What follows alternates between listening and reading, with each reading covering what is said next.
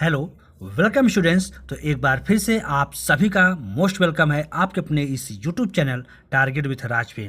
तो दोस्तों, आज हम लेकर आए हैं आप लोगों के लिए बहुत ही मोस्ट इम्पॉर्टेंट और बेहतरीन चीज़। क्या है? द लास्ट लेसन है और बात करेंगे क्लास 12th का। और इसमें आपको जो शॉर्ट टाइप जो क्वेश्चंस है और वो भी मोस्ट इम्पॉर्टेंट, मैं आपको वही क्वेश्चंस बताने चल रहा हूँ और वेरी इंपॉर्टेंट है जी।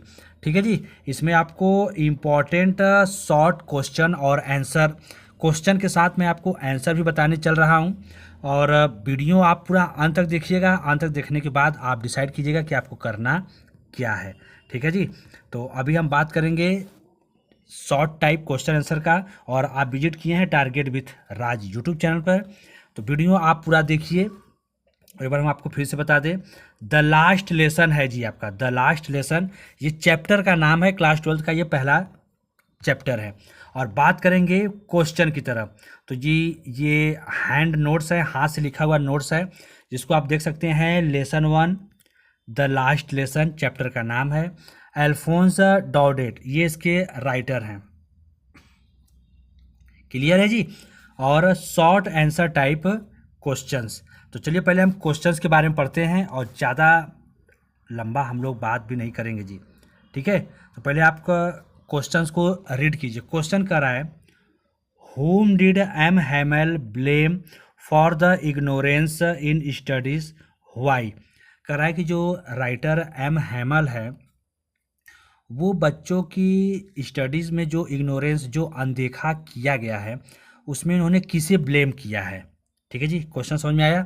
किसे ब्लेम किए हैं जी? तो कह रहा है एट फर्स्ट, सबसे पहले M Hamel blamed the students. सबसे पहले तो टीचर जो एम हैमल थे उन्होंने स्टूडेंट्स यानी छात्रों को ब्लेम किए। क्यों? बिकॉज, क्यों किए? दे डिलेड देयर स्टडीज़। स्टूडेंटों को उन्होंने ब्लेम इसलिए किया क्योंकि सबसे पहले तो छात्र जो है अपनी पढ़ाई में डिले किए, देरी किए। सेकेंडली, दूसरी उन्होंने किसे ब्लेम किया? He blamed their parents who put them to work on a farm और एट द मिल्स। उसके बाद टीचर छात्रों के पेरेंट्स के ऊपर ब्लेम करते हैं।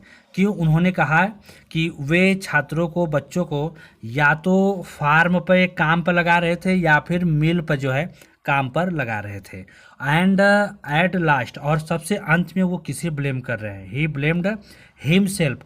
वो लेखक खुद अपने आप को भी जो है ब्लेम कर रहे हैं too for giving them holiday.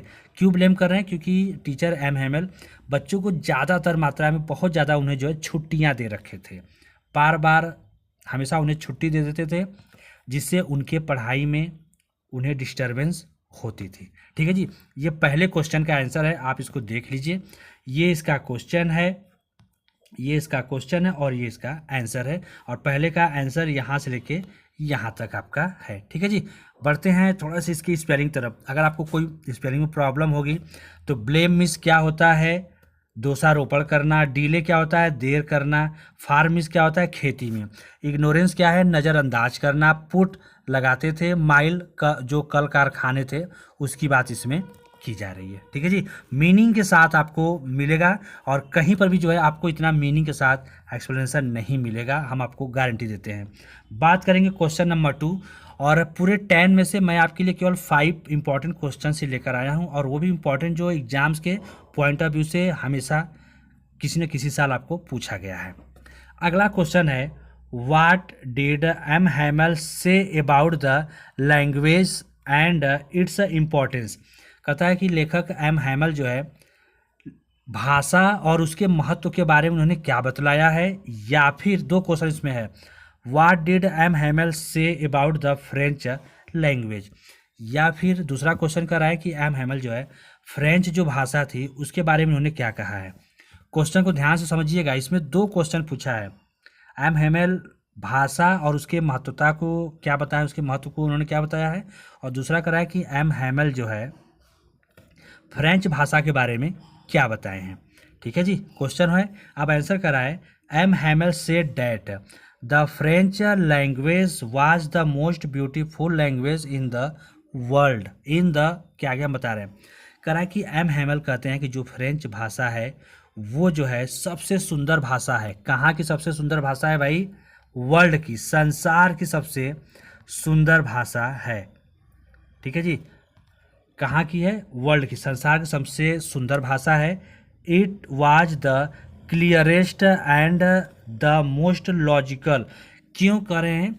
क्योंकि ये जो फ्रेंच भाषा है ये एकदम साफ सुथरा है और लॉजिकल है। लॉजिकल मीन्स क्या होता है?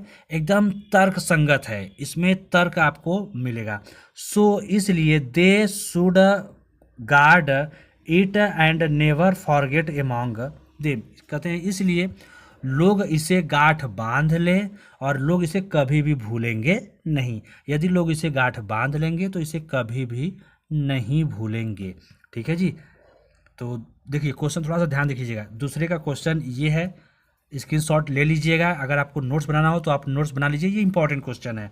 इसके बाद अगला इसका यहाँ पर है, द मोस्ट लॉजिकल मतलब सबसे अधिक तर्कसंगत, एमॉन्ग देम रक्षा करना।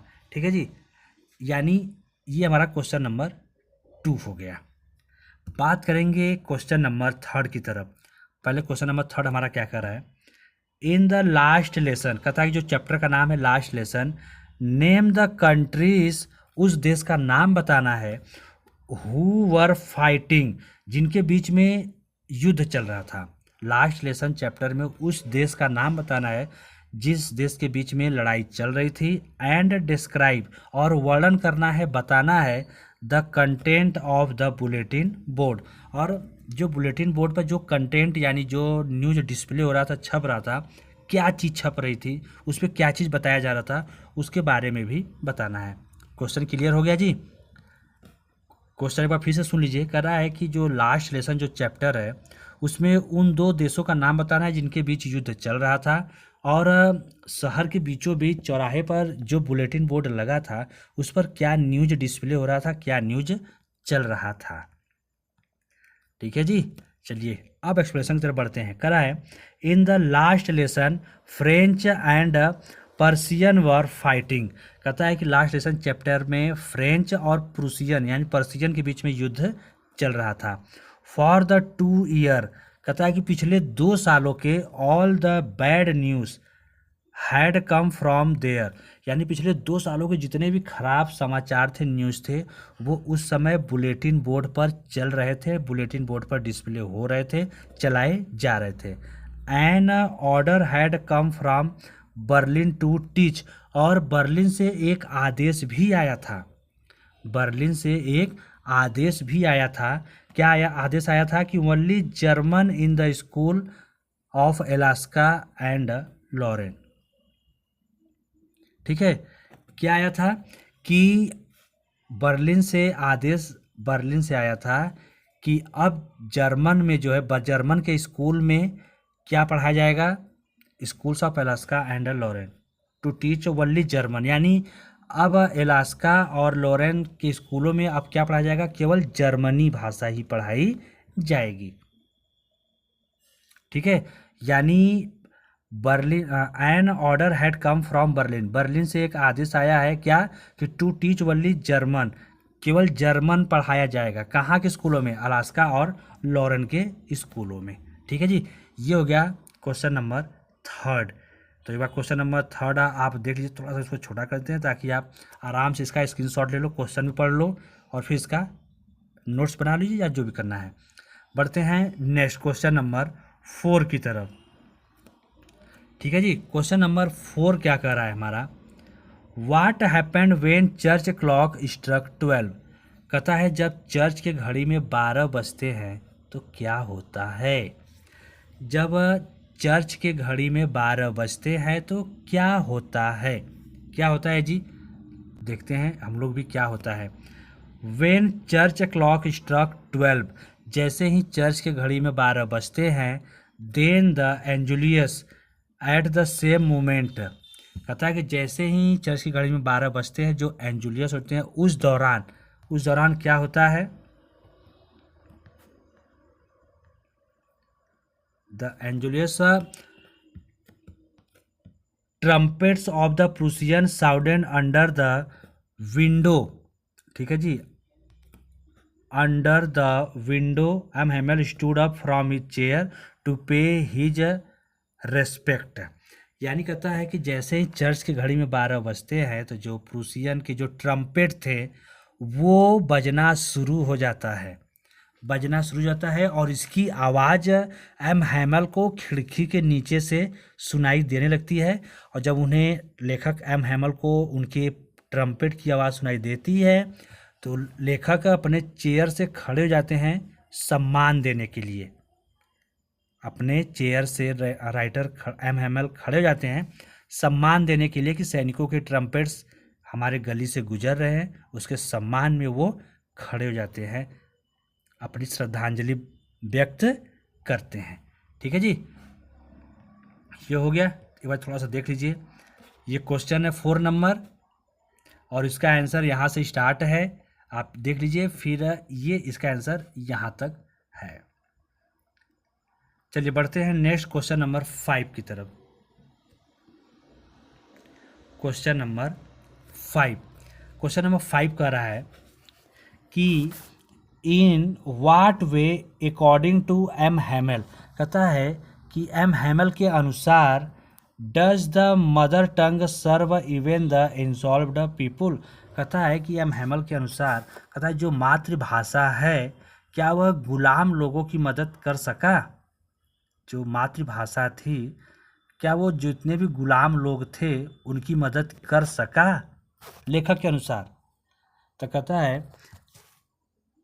अकॉर्डिंग टू एम हैमल के अनुसार the mother tongue act like a key to the prison for the enslaved people, कहता है कि लेखक के अनुसार जो मातृभाषा है जितने भी कैदी थे उनके लिए एक चाबी का काम किया, लाइक अ की, एक चाबी का वो काम किया। ही बिलीव्ड, उनका विश्वास था, डैट की the French was the most beautiful and logical language in the world, उनका क्या विश्वास था कि जो फ्रेंच भाषा है वो लॉजिक यानी तर्क संगत है और संसार की सबसे सुंदर भाषा है, सबसे मोस्ट इम्पॉर्टेंट और लॉजिकल वर्ड है, लैंग्वेज है संसार की। ठीक है जी, तो ये क्वेश्चन नंबर 5 का आंसर है। तो क्वेश्चन नंबर 5 आप देख लीजिए, आपकी स्क्रीन पर है और फटाफट इसका भी स्क्रीनशॉट ले लीजिए ताकि आप आराम से अपना नोट्स बनाते रहिए। और इसके अलावा भी अगर आपको कुछ भी क्वेरी हो, कोई क्वेश्चंस होगा तो आप मुझसे बेहिचक पूछ लीजिएगा। ठीक है जी, चलिए बढ़ते हैं। अब ये तो हो गया शॉर्ट, और मैं आपके लिए इसी वीडियो में लॉन्ग क्वेश्चंस भी लेकर आया हूँ। तो बात करेंगे लॉन्ग क्वेश्चन को, और ये मोस्ट इम्पॉर्टेंट है, यहाँ से हम लॉन्ग क्वेश्चन की भी बात करेंगे। ठीक है जी, तो आप हमारे साथ जुड़े हैं target with Raj YouTube channel पर। और अगर आपको वीडियो अच्छा लगा हो तो भाई मेरे वीडियो की भावना में डूब जाएंगे। इससे पहले फटाफट वीडियो को लाइक कीजिए, शेयर जरूर कीजिएगा, और पहली बार विजिट किए हैं तो चैनल को सब्सक्राइब कीजिए। और ज़्यादा टाइम ना वेस्ट करते हुए शुरू करेंगे लॉन्ग क्वेश्चन। और लॉन्ग क्वेश्चन टाइप आंसर जो टाइप क्वेश्चन है, and their answer single answer of all questions, यानी एक आंसर है पूरे क्वेश्चंस के लिए। और क्वेश्चन भी मैं आपको बारी बारी से बताऊंगा। क्वेश्चन कर रहा है कि what was the scene inside the class when French reached the school, कहता है कि जब लिटिल फ्रेंच जो लड़का था जब वो क्लासरूम में पहुंचा तो वहाँ का सीन कैसा था। ठीक है जी, जब लड़का क्लासरूम में पहुंचा तो उसमें वहाँ का सीन क्या था।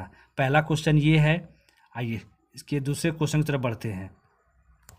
दूसरा क्वेश्चन कर रहा है how did the announcement of the last lesson affect French, जब फ्रेंच को पता चलता है कि आज उसका ये लास्ट लेसन है तो उसको कैसा महसूस होता है।